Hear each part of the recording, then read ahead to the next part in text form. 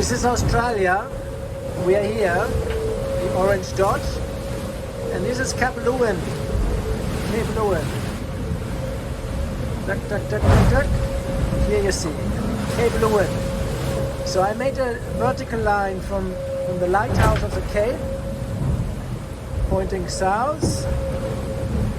And then we will cross this longitude in 4 minutes 40.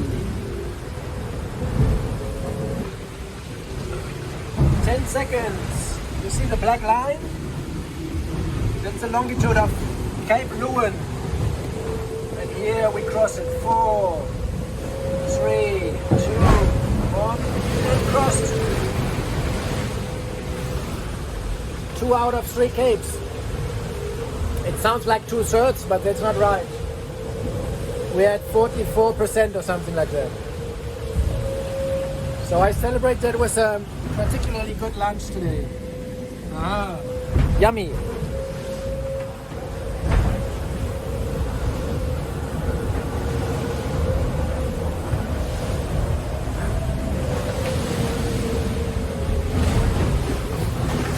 The breeze is a bit up and down around like 17 to 23.